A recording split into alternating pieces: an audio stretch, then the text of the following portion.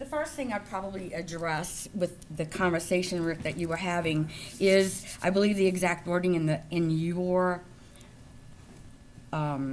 direction of what you're supposed to do for the parish council is to review properties, evaluate those properties, and then make a recommendation on the properties that you guys think would be the best to move forward on that boat launch, okay? Which is the most viable and available to the people of the parish and other parishes to come and access that boat launch. So I can say all of this to you tonight, and it'll explain everything, and then we'll see where it goes from there, if that's okay with you guys. Okay, so I started tonight. I'm a nervous wreck, so my mouth's very dry too. I came tonight to speak about some things I'm seeing and hearing that are disturbing to me. I always lurk in the background and bite my tongue, but I've about bitten it off. It's time to say my part as a citizen of this parish. It is my understanding that you guys are not supposed to be deciding whether or not there will be a boat launch in St. Charles Parish and the agreements that would follow, but rather you are supposed to decide on a piece of property and present the best option to the parish council so that the council can move forward with the agreements. I believe the exact wording is review, evaluate, and make a recommendation to the council.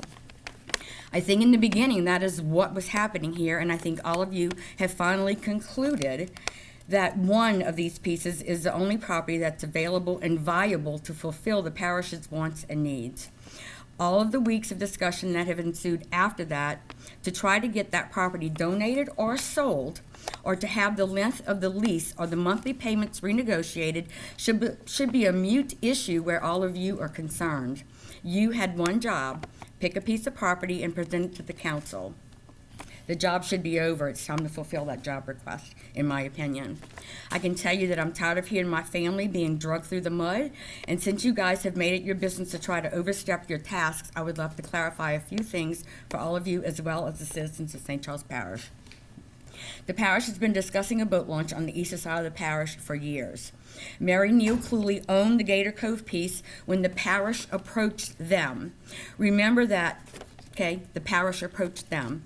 Mary knew as a council member she would have a conflict of interest, so she did what she thought was the right thing to do, and she immediately went to the ethics board herself and presented her situation, and they are the ones that told her who she could legally sell to.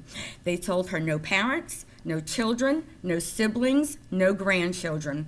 Anyone else was fair game. So for the parish to finally have a boat launch, and being the compassionate citizen of St. Charles Parish that she is, they decided that they would sell it. Well, that was great for my brother because he had already approached them about buying this property years ago, and they told him no, it was not for sale. Okay? So, of course, she went to the ethics board. She was turned over not once but twice, and nothing happened with that. People have made a ruckus about a sale price. That's what a lot of this is about. People are harping on the fact that it is $100. It seems like everyone is choosing to leave out the statement and other valuable consideration. That is a term that is commonly used when people do not want nosy people knowing their business. It is not a violation of any laws to use that terminology. The only people who truly need to know the sale amount of any property is a buyer, a seller, and the IRS. If anybody has a problem with that, then it will remain their problem. The terms of that sale are not for public record, okay? People have complained that Gator Cove 2 was only opened in May. Well, a couple of things happened with that. First of all, there was no need for the Cooleys to sell the boat launch if the deal was not going to move forward. They could have kept their property and all would be well, just as it has been for years. And when the sale did happen, I, being the one who runs my brother's 16 companies, told him that we needed to open another LLC, and he said no. He said he had enough companies already. I said that Gator Cove 1, because we already have a marina, and Gator Cove 2 need to be kept separately, and he still said no. As I was opening up company number 14 in May, I said, I'm going to open up another company for Gator Cove 2 since I'm on the secretary's website and it only takes a few minutes anyway. He said, then you do what you think should be done. I said, well, I said months ago that it needed to be done, so I was doing it. And I did. The people that have said that my brother is rich enough, okay? He doesn't need the money. He should just donate the property, etc. Well, I will tell you that my mom and dad raised very hardworking, honest, respectful children, and nobody gave us anything. We have worked very, very hard for everything we have, and we do give back. We give back a lot. We give back to schools, nonprofits for diseases, Special Olympics, sports teams, colleges, college tuition for underprivileged students. It is not for anyone to tell anyone else what and when they should give something away. I doubt any of you would donate your house proceeds if you would sell it because someone says you should. The world just doesn't work that way. The launch could be self-sustaining and an income producer if the parish would just charge to use it.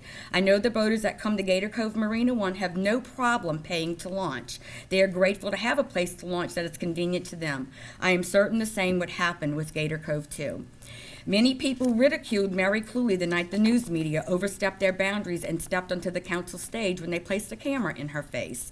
Well, if any of you knew her like her family and friends do, you would know that she has feared the camera since I was a child of only 10 years old and probably even longer than that. So there was nothing humorous in that to us.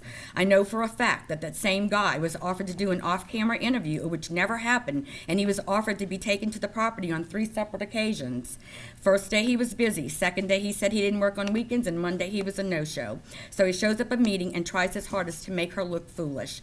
And then to make a statement about the deal to her nephew being a sweetheart deal was ridiculous. If any of you truly know math and business, you would know that this boat launch will not make him rich.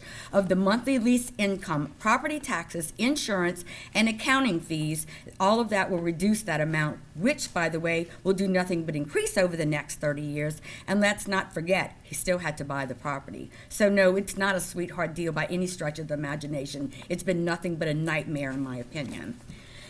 This is the really important thing for the citizens of the parish to know, as well as you guys.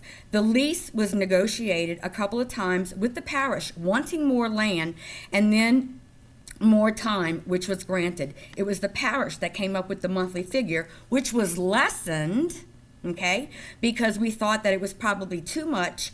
And then after the lease was signed by my brother, I delivered it and informed Mary Cluley that there was no out for the parish for 30 years, as she had mentioned to me that there was. The attorney that drafted the lease left out a way out for the parish. It was in the draft, but not in the final written signed lease. It was Mary Cluley that brought this to the attention of the committee. So had the lease not been rewritten and signed again, the parish would have been locked into this 30-year lease already, and we wouldn't even be here today. And I can honestly tell you that if hindsight were 20/20, I'd have kept my mouth shut, because I caught that. Okay? I cannot deal with drama, stupidity, or gossip. I say often that the truth will set you free. Well, I'm flying high right now because I finally am saying my piece because I've listened to enough nonsense about this, and I'm going to finish with this. We like clean, simple, no haggle business dealings. Honest has to be. Nothing that will come back and bite you, and nothing that will cause you any grief. This has been made out to be everything but that. So hear me good when I say this. Gator Cove is not selling, lengthening the contract, or reducing the monthly price. So make a decision or count us out. Our family has suffered enough.